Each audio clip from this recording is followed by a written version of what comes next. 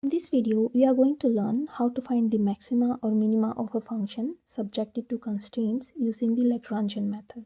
So the first step is we define the objective function and the constraint.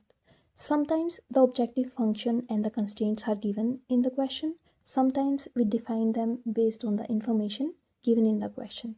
The important thing is that each one of the constraints is written in this form. For example, if you are given the constraint x plus y equal to 1, then we bring all the terms to the right of this equality on left hand side, and we rewrite this constraint as x plus y minus 1 equal to 0. So each constraint should be set in this way: some function of the given variables equal to 0. After that, we construct a Lagrangian function. So this Lagrangian is a function of the given variables and some new variables. The number of new variables, depends on the number of constraints. For each constraint g1, g2, gm, for each constraint gi, we introduced a variable lambda I. For the first variable g1, we have the new variable lambda 1. For the second constraint, we introduce the variable lambda 2. For the mth constraint, we introduce the variable lambda m, and we define this Lagrangian as L equal to the objective function f plus lambda 1 g1 plus lambda 2 g2 plus lambda m gm. The next step is we form a system of equations by taking derivative of this Lagrangian with respect to the given variables xi's for each I 1 up to n, and set it these derivative equal to 0. And then we take derivatives of the Lagrangian with respect to the new variables. We introduced lambda j's for each one of the new variables 1, 2 up to m.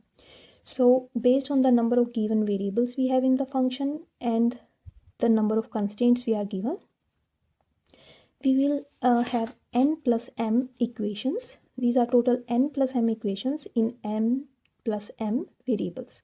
We solve this system of equations to find values of xi's and lambda j's, and we test them for the maxima or minima of the function. Now let's work on an example. We have to find minima of this function f of xy z equal to x square plus 2y minus z square, subject to the constraint g and h.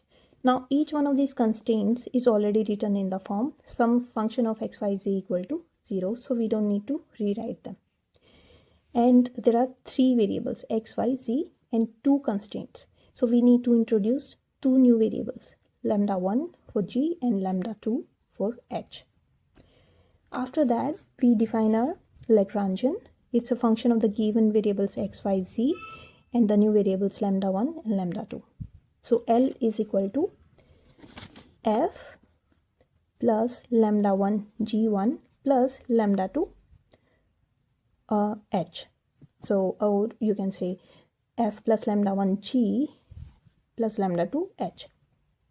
Alright, now we form a system of equations by taking derivative of this Lagrangian with respect to each one of the variables x, y, z and the new variables lambda 1 and lambda 2, and set these derivatives equal to 0.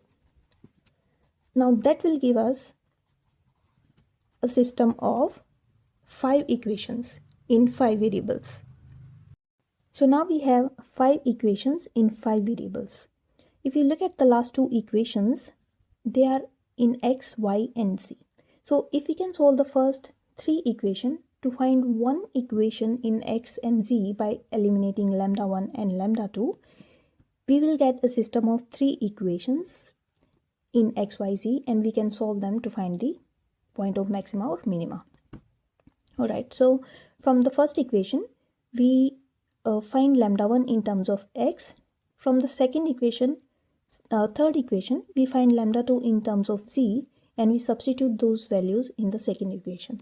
That gives us our third equation in x and z, and we solve these 3 equations together to find value of x, y and z. And the solution turns out to be this: x, y, z is equal to minus 2 over 3, minus 4 over 3, and 4 over 3. So this is our point of minima, and we find a value of the function at this point, and it turns out to be equal to negative 4. Now the important thing to notice is, if you are given say that find maxima of the function, and you solve such a system of equation and you get just one point as a solution, then that point will be the point of maxima. But if you are asked to find maxima or minima and you get two solutions, then you evaluate the function at both the points, and the smaller value will be the point of minima, the minimum value of the function, and the bigger value will be the maximum value of the function, and the point will be the point of maxima.